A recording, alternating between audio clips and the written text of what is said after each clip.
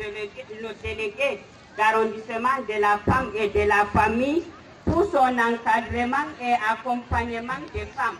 Chers amis, bonjour et bienvenue sur le plateau de Acteurs de l'inclusion.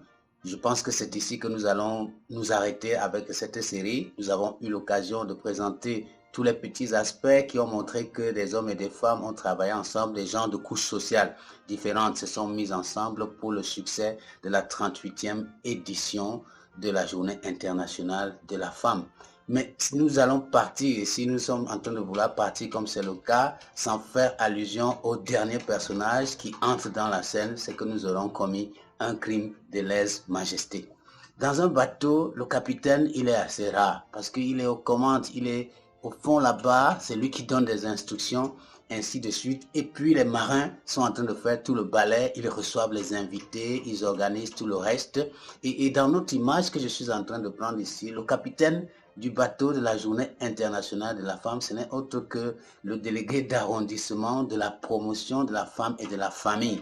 Parce qu'il faut le dire, au-delà du grand protocole de l'État, la responsabilité de la Journée internationale de la femme est remise au ministère de la promotion de la femme et de la famille. Et c'est pour ça que nous vous avons réservé cet épisode à la fin. Parce que dans les principes du bateau dont je prenais l'image tout à l'heure, en cas de naufrage, le capitaine est le dernier à quitter le bateau. Comme pour dire, le bonheur d'un capitaine, c'est de s'assurer que ses invités, les mariniers avec lesquels il travaille, ont pris la première place et que lui, il s'est assuré simplement que le bateau, que le navire a avancé jusqu'à la fin. Le grand succès de cette journée internationale de la femme revient à un homme simple, un homme qu'on ne connaît pas, un homme qui était presque comme s'il n'était pas là, mais qui était là parce qu'on a vu le rendu final. Le délégué d'arrondissement de la promotion de la femme et de la famille, avec lequel, le 8 mars, nous avons commencé un entretien sur l'évaluation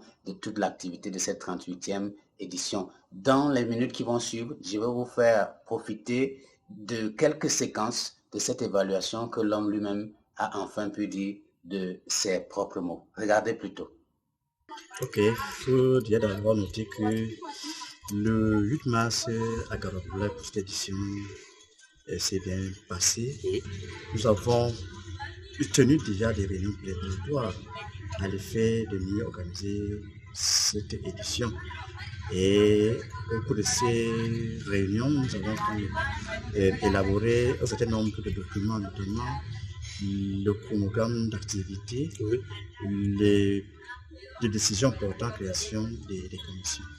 Alors, à l'issue de ces réunions, tout était bien fait pour se lancer, pour commencer déjà la célébration de la Garoboulaye. Plus précisément et conformément au chronogramme, nous avons entamé cette célébration par le lancement à Gado, précisément le 2. Ça a été un grand succès, il faut le dire. Ce lancement était matérialisé par la formation et la table ronde qui a été animée de bout en bout par le responsable coordinateur de l'agence VDP qui nous a soutenus du début jusqu'à la fin. Je peux l'affirmer déjà sans se me tromper. C'est notre volet de volontaire. Alors, après, dans ces formations, ce table ronde, nous avons assisté à la cérémonie de lancement proprement dite qui était présidée par ce sous-préfet d'arrondissement personnellement représenté.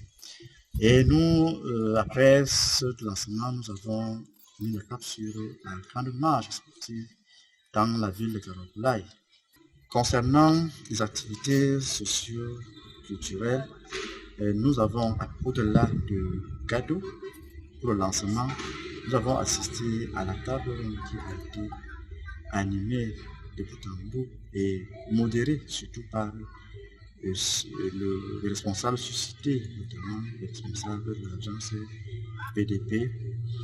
Et nous avons eu des panélistes et bien de femmes qui ont exposé sur des thématiques qui ont été retenues à cet effet, notamment la présidente de l'association Étincelle, la présidente de l'association Femmes de Distinction, la responsable de l'agence IMC, l'épouse de M. le maire de Garoboulaye, et voilà, bien que voilà donc Oui, c'était l'essentiel. le panel des panélistes de cette table ronde. Après cette table ronde, nous avons assisté à une formation en fabrication du savon. Cette formation était animée par la responsable de l'association de la force, qui est déjà érigée en organisation, en une association à base communautaire.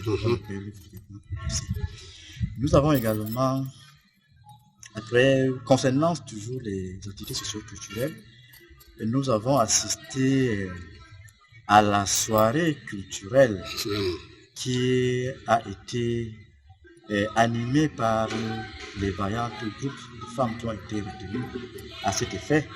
En concernant la commission des finances, cette commission a bien travaillé. Elle a fait des pieds et des mains pour que nous puissions rassembler le minimum de fonds. Ça n'a pas été facile, il faut le dire. Fait de porte à porte. Ça nous a fait rentrer un peu de sous dans la note. Oui, pour faire avancer les choses. Et nos activités qui ont été retenues. Donc, concernant la commission du protocole, le défilé, logistique que je peux jumeler ici. Oui, c'est ça. Tout s'est bien passé. Nous venons d'assister à un parade de défilé. Un très grand succès. Qui a été martelé par les attributions, par la distribution des diplômes des femmes qui excellent dans les domaines, dans le secteur d'activité. Et nous avons également assisté, on peut déjà aussi le noter, pour remercier déjà monsieur le maire de la commune de Trinidad qui a doté des femmes d'un matériel agricole adéquat, question de les rendre autonomes sur le plan économique.